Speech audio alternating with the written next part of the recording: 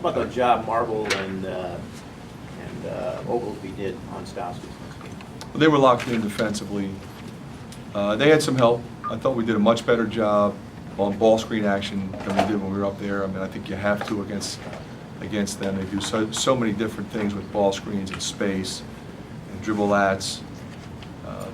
You know, we were pretty much, you know, locked into collectively going after Stauskas. But I think, you know, your point about Dev is a good one. You know, it's very difficult to go get 26 in a game like this, and at the same time guard the other team's best player. It's one of the reasons why we didn't put him on him up there. You know, I didn't want to do that to him. I didn't want to get him in foul trouble. But I just said, you know, Dev, you got to go get him.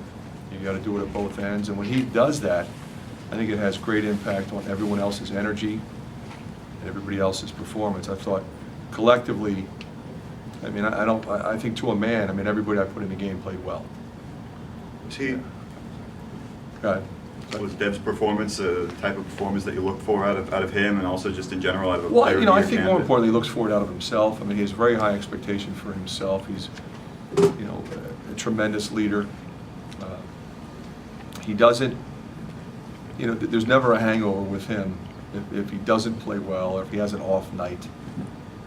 He just comes right back to work. And he's incredibly professional that way. And again, that has great impact on how we prepare and how we, you know, bounce back from a difficult defeat, because you know, you come to practice the next day, nobody wants to watch the film, and you know, nobody really wants to go through it, but it's okay, we're moving on. What do we got to do to beat Michigan? Let's go. And he was really good in terms of his leadership there. Frank, can you talk about the defense your team played in light of the way they played the second half the other night? To play defense the way they did the entire game tonight. We felt like, I mean, to beat Michigan, you have to play the kind of defense that we played. They have so many different weapons. You know, so it was not only, you know, getting stops, it was getting stops and then running and getting offensive opportunities in transition and not giving them seconds. I mean, they killed us with second shots up there. You know, we were essentially trading baskets and get down to the end, and they scored at the end and we didn't, and they won. So it's, you know, we get stops, we can get run-out opportunities, and then we have, you know, we have a chance to, you know, to get a lead extended. Mike that gets you was 10. one of your most efficient first halves I've seen. I think 9 out of 10 of your first baskets had assists. What did it say about your transition, the way Gazelle was able to run it? You had this down. Mike's been just getting better game by game. You can see it. Obviously, in the 2 losses we had here at home against 2 very good teams, we got down 10-2, 10-3. You know, it takes a lot of effort to get back in and get it to even, get a lead. It was great to be able to get a lead today. I thought it really engaged the crowd. I mean, I thought the Hawkeye fans were, you know, as good as I've seen them since I've been here. In particular, in that stretch in the second half defensively, when I had 3 or 4 guys at the table and guys were exhausted, but they were still fighting, sliding their feet, diving on the floor, all over the glass. That was a big stretch in the game. Mike, you got 10, 8, 4, and 3 out of him. Would you say that that's as complete a performance as you've seen? Well, especially in light of the fact that he played that kind of defense as well. Mm-hmm. And we talked about Dev, but Mike Gazelle defensively today was absolutely spectacular. He had 3 steals, but he could have had 5 or 6. He got his hands on a lot of balls. He got some rebounds. I mean, he was really competitive. Did you get any insight from the game in Michigan for getting a good game plan together for how to guard Stauskas? Well, what we did was we decided to put Marble on him. We thought that would be a better match, and he was really good. Fran, how big was the start? Because Huge. Michigan doesn't fight back that often, and they haven't had a deficit, a double-digit deficit like that in very many games. But to put them in a hole early and to make them try to fight out of it. You know, it changes everything. You know, you know, do you shoot threes? Do you not shoot threes? Do you drive it? Do you grind it? You know, when you're behind, it changes your entire approach. You know, we felt like they were going to keep coming. You know, I thought LeVert in particular, you know, he impressed me with how he mixed his game. I thought, you know, they didn't, and I wouldn't have expected them to panic and start taking crazy shots and drive it into packs of people. They stayed with their offense. They make you guard their stuff. And I think typically they're able to score, but our defense today, as I said, was the best it's been. Anything short of that, they're going to keep scoring. When your team has a shooting night from the perimeter as it did Tuesday and comes back with a performance like this, what was your approach in between? Did you just miss it altogether, or do you say keep shooting? I always say keep shooting, man. It's just the way I am. I never want my guys to have any doubt in their minds that they're going to shoot the ball and it's going to go in.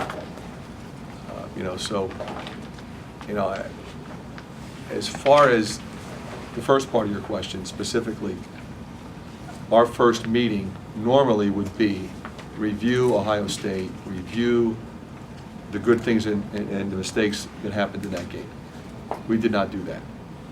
We agreed we did not play with the intensity level necessary to beat that team for 40 minutes. We hung around, we did some good things. Let's not talk about, hey, this was good, this was bad. It was, move on. We know what Michigan is. They've already beaten us once. They're in first place in our league. We know who they have. Let's focus and lock into what do we have to do differently? What can we do better? And let's try to get performances out of more people than we had against Ohio State, which we clearly did. Zach was one of those guys that. Well, I brought Zach in after, after the Ohio State game. I said, I think you're pressing to do too much from the three-point line. I said, you're a good three-point shooter, but you're a good basketball player. You can post up, you can feed the post, you can handle the basketball, you can pass it. So let's maybe shoot a few less threes and shot fake drive it, throw it, move it on, make a play for somebody else. You look at his stat line, and that's who Zach McCabe is. And so I'm just thrilled for him. He had a big smile. Did you sense desperation, and this is a positive word, desperation from your team that coming off those two losses, that they were really zeroed in, focused in on the game plan and had a bounce in their step going into this game? I thought they had great focus. I in no way, shape, or form is there anything remotely close to desperation. Fran, Marvel's performance today might overshadow what Mike did. How much of what Mike did today helps Marvel and White be able to have these sort of... You're right. I mean, they help each other. I mean, you're absolutely right. When they're playing like that, when you have guard play like that, it changes everything. And in terms of everything that happens, whether we're running sets, whether we're in motion, whether we're in transition, and because you turn the ball over 14 times, which we did up there, you're not winning. You're not winning in Ann Arbor if you turn it over 14 times. I don't care what you shoot, because that's 28 points typically. And 7 turnovers, we can live with that. We had that one little stretch in the first half. We turned it over a couple times, and they scored. That's what they do. So I was proud of our team's ability to take care of the Talk basketball. about the 50-50 ball that old as we got in front of their bench, and then the offensive rebound. Well, to see how many guys were diving on the floor today, Jess, I felt was really important. That in particular was a big momentum play in the game, no question, because he dove on the floor, got the timeout. Very intelligent play. I thought Josh was great. I really did. What is it about this team that you guys respond so well after losses? I think we've been through a lot. I think we have an experienced team. We have really good guards. We have multiple players that can step up for you if somebody's not playing well. I think we have a belief in ourselves that, there's never any panic. And I think we have a willingness to look within ourselves and say, okay, what we lost. Okay, we're not a group of finger pointers. They don't blame each other. They don't blame me. They look at the film and they study it and they try to get better, and they're honest with themselves. And I think if you do that, you're more likely to be able to come back and play better in the next game. You guys have given up large leads before. I'm sorry, I missed the first part. You guys have given up large leads before this season. How much growth did it show tonight that you were able to expand on a lead instead of see it whittled away? Well, I think it's a big step. I think you're typically more likely to do that at home. It's a little tougher on the road, but I think it was a big step for us. Coach, the stretch of the second half where you had 4 of your starters on the bench, and you guys not only kept the lead, but you extended it. And that play that Jess was talking about was included in there. Is that really the essence of your depth right there, that you could do that and extend a lead? A lot of times when you go to your bench, you just can't wait to get those guys back in the game, and that's never the case, Rick. I just put those guys in. I see how they do. I want to stay with them. If they make mistakes, I stay with them. Eventually, I'll get them out. Typically, it's when they're tired. And sometimes they'll play a little longer. Sometimes they'll play a little less. And I felt like when I put Marvel back in, I wanted him to be able to get to the wire without another rest. So I was comfortable leaving him, we had a lead, leave him out a little longer. Josh is doing fine. Mike was fine. Pete was solid when he was in there. And it's, it's terrific to be able to have that kind of flexibility when you're sitting there trying to manage the game and get from, say, the 15-minute mark to 12-minute mark home. Well, you were stunned at Michigan because your bench did not play well, and that caught And that you was one off of the few guard. times all year. Yeah. It really so they was. Responded, obviously. And it was the only time all year when I put those guys in together that none of them really produced the way they're capable of. So, You've got a chance of the schedule to finally come up for a little air a week between games. What are you going to do with this week? Well, we'll do a lot. I mean, I'm going to go recruiting a little bit, obviously, take advantage of that time. They need a little bit of rest, I think, no question, so we won't do anything tomorrow. Coach, We'll live in the training room a little bit, and then, get back to work. Fran- You guys will get some shots up, too. Fran, I attacking the apologize. rim today was as good as it's been, too. And I would like for that to be, how we play every game. We want to be an attack the rim team, but I think we had great effectiveness when we did that today. When Mike got into the paint. Jerry did, for the last couple of weeks, kind of confidence-wise, and been struggling, but he had 2 big baskets. He was really sick in the last game. Nobody knows that, but he was not himself against Ohio State. In retrospect, probably shouldn't have played at all. He wanted to play, we put him in there. He was more like himself today. When Mike got into the paint, he didn't just absorb contact, he created it to get a shot off. Does he get enough credit for being physical? He's a powerful athlete. He's got great foot speed. He's got lateral quickness. He's got explosive ability to get to the rim. And you're seeing him get more and more comfortable. He has as good a mid-range pull-up jumper as I've seen. I'd like to see him mix that in a little bit more. I think now he's really a tough cover.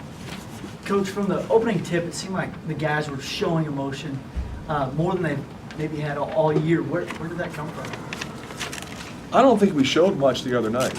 I didn't see a lot of emotion against Ohio State. And, in these kinds of games, you have to have that, in my opinion, especially when the crowd's engaged like they were. So I think that was good to see, and I think it was very helpful. Did you say something? Two more questions. With Michigan's lack of depth, lack of size overall, did you kind of see them a little worn down, especially on the offensive glass in that second half? I don't, I never really looked at them as not having depth. I mean, I think they got pretty good players coming off the bench. Not maybe quite as deep as we are, but, I look at it like this. They have multiple position players. I mean, they have guys that can literally play 3 or 4, sometimes 5 positions if they have to. So, in terms of wearing them down, we just got after them defensively and made them really work to grind their offense. And I think that's why they got worn down, more so than anything else. So Woodbury answered the question of whether or not he could dunk. He's had dunks before. Yeah, He's dunked the ball before. Okay, Coach.